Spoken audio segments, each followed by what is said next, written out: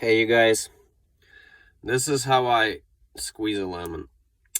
Take the lemon, take my good friend over here, say hello to my little friend. Take the lemon, I cut it where, well, I have a big knife and you'll understand why it's dull. It's quite dull, so you don't want to do it with a sharp knife.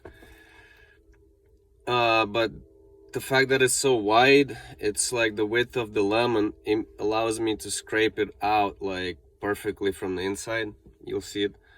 But any kitchen knife, and the best ones that I use in the kitchen is the serrated kitchen knife, regular serrated kitchen knife.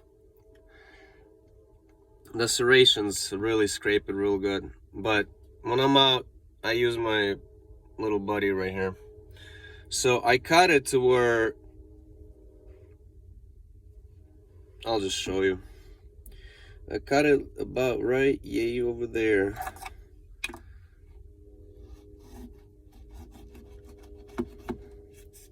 Like I said, the knife is dull for that purpose, so I don't cut myself.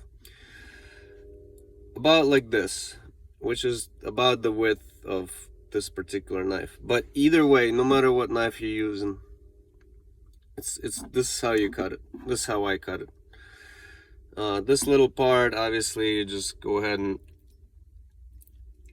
squeeze it, and that's done. You don't need to do nothing else here. Now this, what I do is I poke each little cell first, like this, not very deep, depending on how juicy it is. Like some of them will just start leaking out, and this particular one is more like on the drier side, but so you can poke it more, not too deep, and do the first squeeze. You spin it around very lightly, like kind of you squeeze it on this part.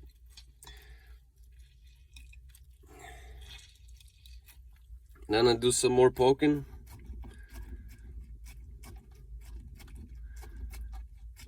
More deeper that way. No, the second time more deep. Then you squeeze it more like in the middle. And you just turn it around, squeeze it, turn it around, squeeze it. And then you start moving towards the back side of it and keep squeezing it. So you do it in stages so that you don't smush the back side of it and the front of it is still, you know. So there you go. It's pretty much squeezed out as far as the juice goes. Then what I do is I take the knife, put it inside, and squeeze it around the knife like an orange squeezer. That you just squeeze it onto something. And I just basically turn the lemon around on the knife as I'm squeezing it, but not squeezing it too hard so it doesn't rip the skin. The skin is still attached. The knife is dull, so even if the skin rips and I rub my hand on the knife, it's not gonna hurt me. And trust me, there's a reason why it's like that. I've experienced all sorts of things with that activity. Like right now, the knife is poking through the lemon right here, but it's dull enough to where I'm not worried about it. And that's it. It just scrapes all the parts of it out. And you're left with pretty much an empty shell. I got all the juice, all the guts, all the seeds. Now, seeds. You have three options with what do you do with seeds. The seeds that get into the drink, you have three options what to do with them. There, it's completely used. And again, there is more to the lemons than just the juice. But look, it's empty. It's dry. That's it. It's squeezed lemon. There's more things to do with the skin. There's a lot of things in the skin. I haven't really used it much, but you can look up what to do with the skins.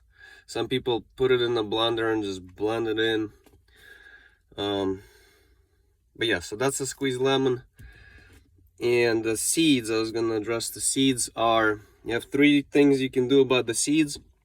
You can, as you're drinking it, it gets in your mouth, you can swallow it, just drink it down.